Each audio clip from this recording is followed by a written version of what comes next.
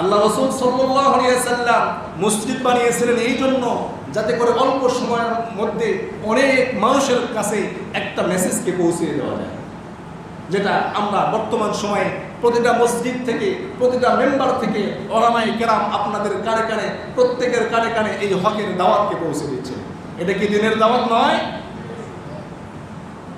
তারপরেও কিছু মানুষ বলবে উলামায়ে কেরাম নাকি দ্বীনের জন্য কোনো কাজই করে না।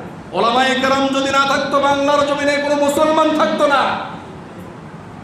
উলামায়ে কেরাম যদি না থাকতো মুসলমানদের জানাজা হতো না। তারপরেও কিছু মূর্খের দল বলে যে উলামায়ে কেরাম নাকি দ্বীনের কোনো দাওয়াতই করে না। আল্লাহ তাআলা তাদেরকে হেদায়েত দান করুন।